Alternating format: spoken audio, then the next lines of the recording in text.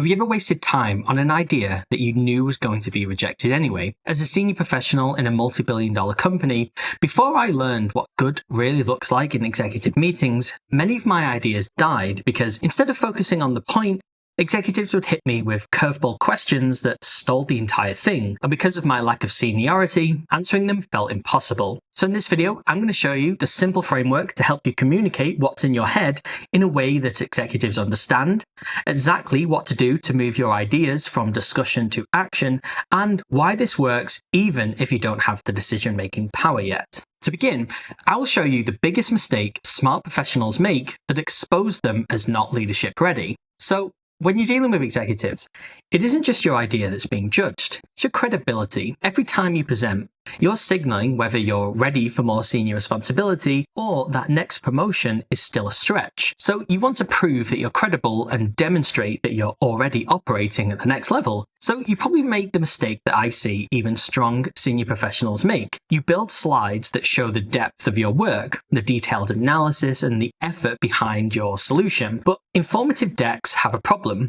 They inform, but they don't persuade. And when that persuasive structure is missing, executives don't see leadership readiness. They see someone who is still in delivery mode. And that's when meetings get derailed by off-topic questions, projects stall, and your credibility takes a hit that delays promotions. But as I'm about to show you, there is a simple framework that gets the ideas out of your head and into a structure that keeps executives locked in from the first sentence and positions you as the strategic thinker in the room, not just the person who did the work. So now I'm going to show you the system. It's the same one that got me awarded at the leadership level, and my clients are using it right now to win buy-in without having to over-explain their ideas. And there's just 5 steps to it. So step 1 is to remove all of the headers and titles from your slides, because we're going to remake them intentionally to lead the room toward the decision.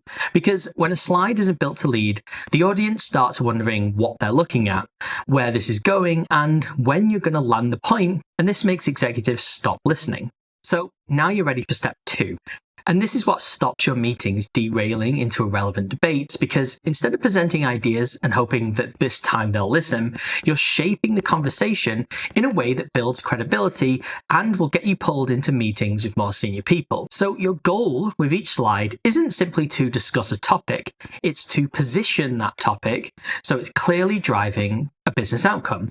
And the way you do that is by using the right header and subheader, which is where most people go wrong. Now, before you roll your eyes and think, yes, I already know about informative titles, just stay with me for a moment, because this isn't about making good titles. It's about intentionally structuring them so they guide thinking, control the direction of the discussion, and make the decision feel like the natural conclusion. And we're going to build the slide off the back of them. And I know this works because it's the exact approach I use every time I'm steering multi-million-dollar decisions and I need the room to get aligned quickly. So most professionals will title slides in a way that just tells the audience what the slide is about, like sales funnel performance or customer feedback metrics, market update. These titles tell the executive audience the subject, but it doesn't tell them what to conclude about the subject, and conclusions are what lead decisions. This is what shows executives you're ready for bigger opportunities because you can drive the business forward. So what you're going to do is make a title and subtitle that points somewhere specific. I'll show you exactly how to do that so your slides don't just inform, they guide the room toward the outcome you want. So first, the title needs to be a clear, arguable statement, not just a label, something that can be agreed with or challenged. But on its own, that leaves a gap, because once you've made a statement, then how do you prove it to the audience? Well, that's where the subtitle comes in. The subtitle explains the mechanism behind your statement, the reason that it's true, or the action that's going to get you there. To make this easy, I use a planner like this one. It's packed full of decision-ready examples, so I just pick the structure that fits best and plug in the specifics. So for example, sales funnel performance becomes 3 breakpoints in our funnel are suppressing $9 million in recurring revenue. This is an arguable statement that makes the audience think, well, why is that the case? What are we going to do about it? Can this even be true? And that's exactly what you want them to think. because your goal with the title is to control the conversation. So you want it to raise questions that you then answer. So this is where the subtitle then reads, "Fixing these drop-off stages will increase conversion by 15% in the next 2 quarters." Now the slide isn't describing performance, it's priming the audience towards a decision, because the subtitle is pointing the audience in a direction and setting up the answers to the question that the title raised. And there are loads of templated examples you can use for any situation. If you want the toolkit, I'll leave it in the link in the description below. It includes guidance for executive communication and a bank of examples that you can adapt. It's what I turn to every time I'm preparing for the boardroom. But there's still a missing ingredient in our title, which we're going to come back to, because first we need to understand this next part. So step 3 is going to raise how senior leaders perceive you, because you're going to show them that you're someone who can drive the business forward. So some time ago, a project I worked on had died slowly across a series of meetings that just went nowhere. The idea was to introduce a chatbot into our client support function. It would answer simple questions, triage the more complex ones to the right teams. And I spent weeks doing the research, reviewing the vendors, working out the solution. Then I created this detailed slide deck to explain exactly how it's going to work. But when I presented it, instead of focusing on the details or the features of the AI chatbot that I was showing, I was asked a bunch of off-topic questions that were just beyond my pay grade to answer. And instead of things moving forward, I kept getting asked to just bring us back more detail without ever being told exactly what that detail was, until eventually momentum for the entire thing faded and the project was eventually replaced by something else. What I learned was that even though these slides are detailed and thorough, they were not persuasive and they were not ready for a decision. So if I wanted my slides to be executive ready, protect my credibility in that room, and dramatically increase the chances my idea will actually move forward, I'll show you how I would make that slide deck today using this objection framework. So this is the framework that changes how you handle objections before they ever hit the table. When an executive raises an objection to one of your solutions, like, "This is going to cost too much," most professionals instinctively pick one of 2 options. They either justify it or qualify it. They say, "Yes, but the ROI makes it worth it," which justifies the cost.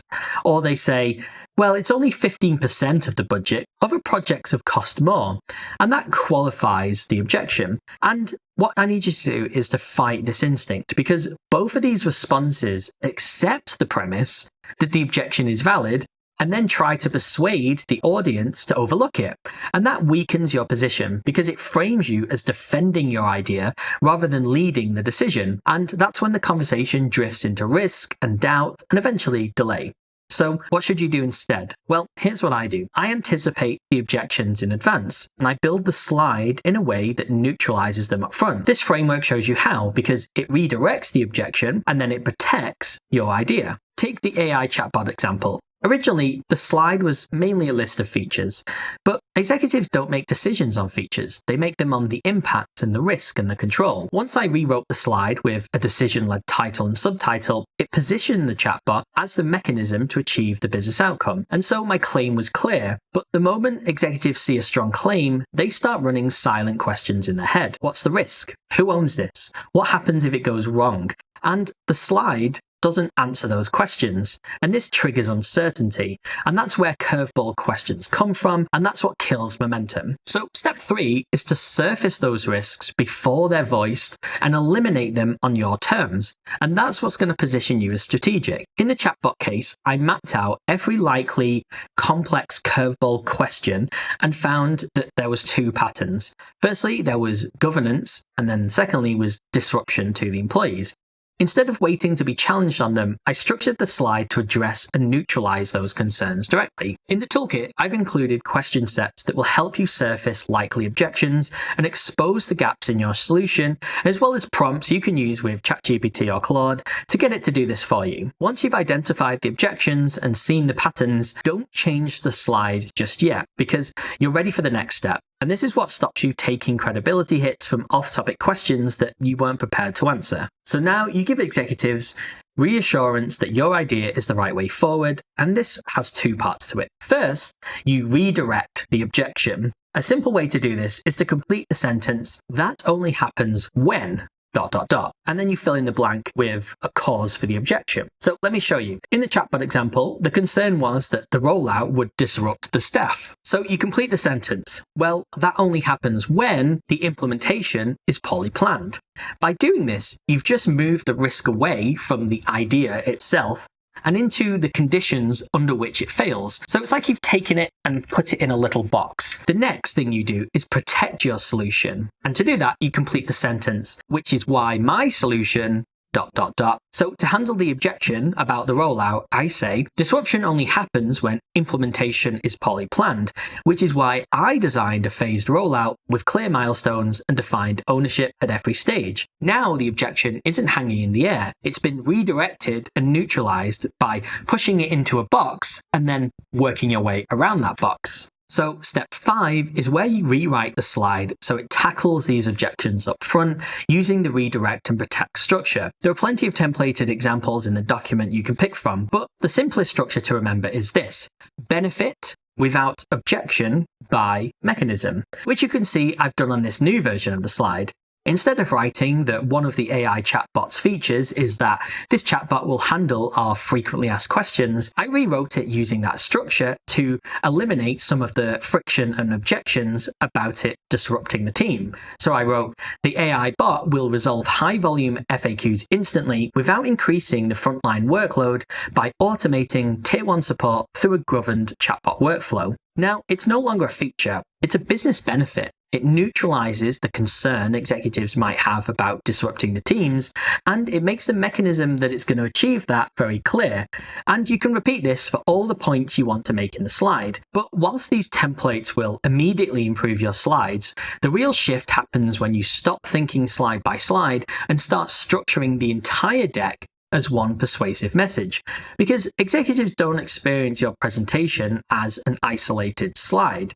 They experience it as a flow of logic and reasoning and persuasiveness. And if that logic isn't tight and aligned and building toward a clear decision, even strong slides aren't going to save you. So before your next meeting, go and watch this video. I'll show you how to structure your entire slide deck so every slide builds on the last, drives towards one clear outcome, and positions you as the person who can lead the business forward, not just report on it.